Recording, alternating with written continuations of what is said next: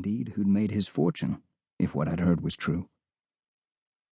While waiting for Patton's stage to pull out north toward the springs, I went into the tavern for something strong, something to bite into the knot of the day.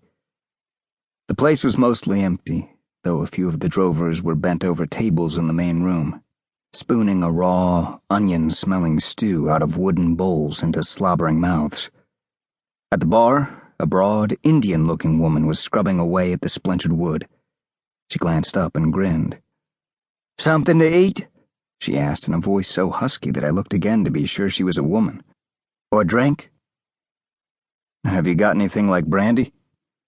She threw her head back, her laugh as raspy as her voice. "Not like it? Hell no. The thing itself." She reached under the bar and sat a glass jar in front of me. She unscrewed the lid and held it up for me to smell, and I will tell you straight away it smelled like something made in the hills south of heaven. Wood smoke and honey and something else. Something... "I'll be damned," I said. She nodded. "Applejack from near Barnard. Old man Freeman made it.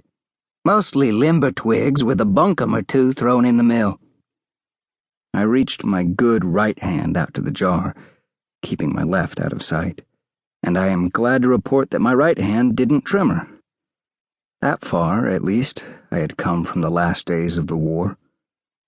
I started to raise the jar to my lips, but her broad brown hand on mine stopped me. "You want me to pour you out a tot?" she asked. "Or you want to purchase the jar?"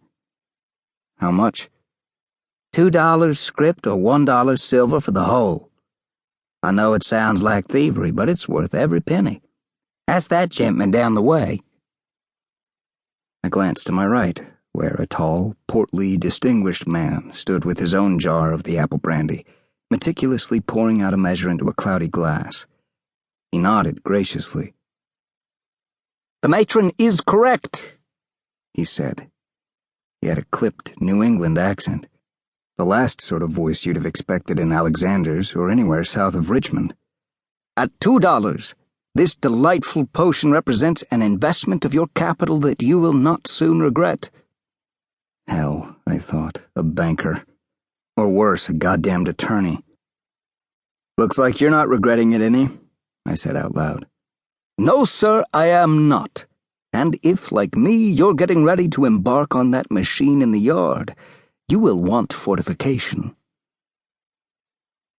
When I stepped out onto the porch a moment later, my brandy jar in hand, I came face to face with 3 bearded men wearing the remains of uniforms, a confusing mix of faded blue and butternut gray.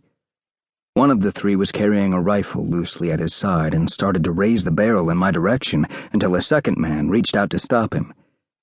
The second man muttered, "That ain't him," in a hoarse voice, and they stepped aside to let me pass.